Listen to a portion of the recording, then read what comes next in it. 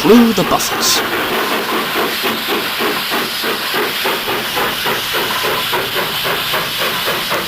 The big engines on the main line were working harder than ever. Gordon had gone away to the mainland to work some rail tours for a few weeks, which left Mac in charge of the express with James and Henry as backup. The Fat Controller had bought another engine to help out with both coaches and trucks.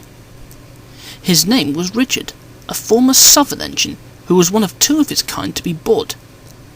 His brother Lloyd was still in the works under restoration in order to work for the new controller's Oakham Road line.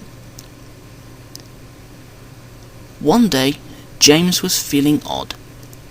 He had been having trouble with his brakes. "They need seeing to when we can find the time," his driver told him, "but for now we'll just have to manage." James wasn't so sure, but he kept it to himself. "After all, the Fat Controller depends on me," he said to himself. It was James's turn to take the morning train to the other end of the line. As he backed down onto the coaches, he had trouble coming to a stop, even though he was moving at snail's pace. "Whoa, James!" his driver called. James eventually stopped. Richard was nearby. "Nothing wrong, is there?" he asked. "Of course not," James huffed. "I'm feeling right as rain, thank you."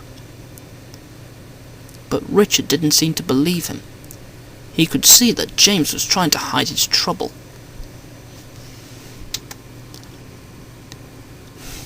Eventually the guard blew his whistle and James snorted away.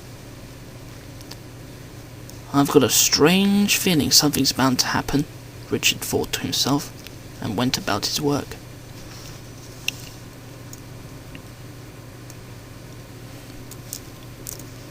James was making good time and was approaching the junction when his driver applied the brakes. But James couldn't stop soon enough and glided slowly through the station before coming to a stop with two coaches beyond the platform. Thomas was watching from his own platform on the branch line. "That's not like you, James," he called as James reversed back to the platform. "You feeling all right?" James was beginning to get annoyed. "You're just as bad as Richard," he snapped. "There is nothing the matter with me." "We're only concerned, James," retorted Thomas, "but overshooting the platform like that doesn't normally happen to you." James harumphed loudly. Soon he was on his way again, still grumbling. "I'm fed up with everyone else on my case," he snorted. "I may have a faulty brake, but at least I can still work." He reached the end of the line and took a rest before getting ready to take the train back. While he rested, a workman checked him over and spoke to his driver. "I've given his brakes a quick bit of service," he said. "I think they should work now, but I'm not sure for how long." "I hope so," the driver replied. "I'd hate to imagine what would happen if they failed altogether."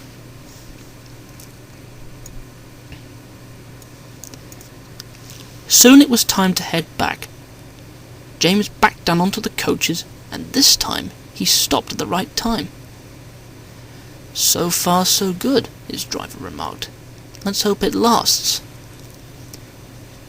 James was soon out on the open line and running nicely, and he was starting to feel better.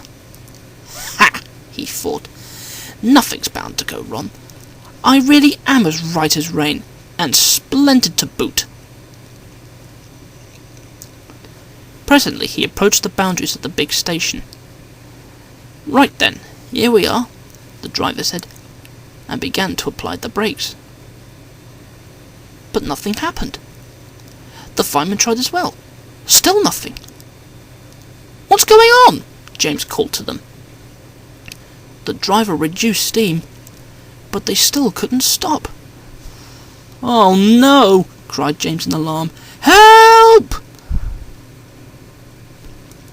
The guard, realizing something was wrong, put the brake on in his van. It managed to slow them down a little, but they still couldn't stop. Richard, standing at the platform opposite the one that James was due to stop at, could see James was in trouble, and whistled loudly to warn everyone at James's platform. The station master saw James too, and immediately shouted out, "Clear the platform, quickly!" James came squealing in, frantically trying to stop. He shut his eyes tight as, with a despairing whistle of horror, he demolished through the buffer stop and ploughed into the platform. James slowly opened his eyes. He looked down to see his front was embedded a few meters in the platform and buried under a small pile of bricks and concrete. Fortunately, no one was hurt, although his passengers were a little shaken up. Richard pulled James's coaches out of the way and took his next train for him, and then Edward came to take James away. Later that day, the Fat Controller spoke to him.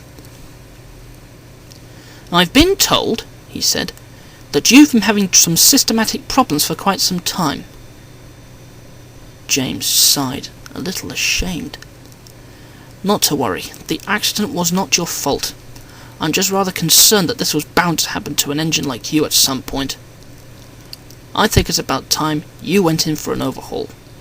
You've not really had a major one ever since your accident on the first day you arrived." "Yes, sir," said James sadly.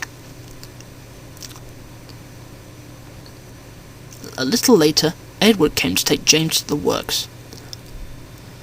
"I just honestly thought this would never happen to me," he sighed miserably.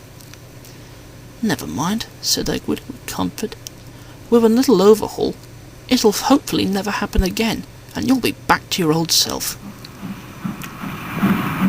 But deep down, James had his doubts.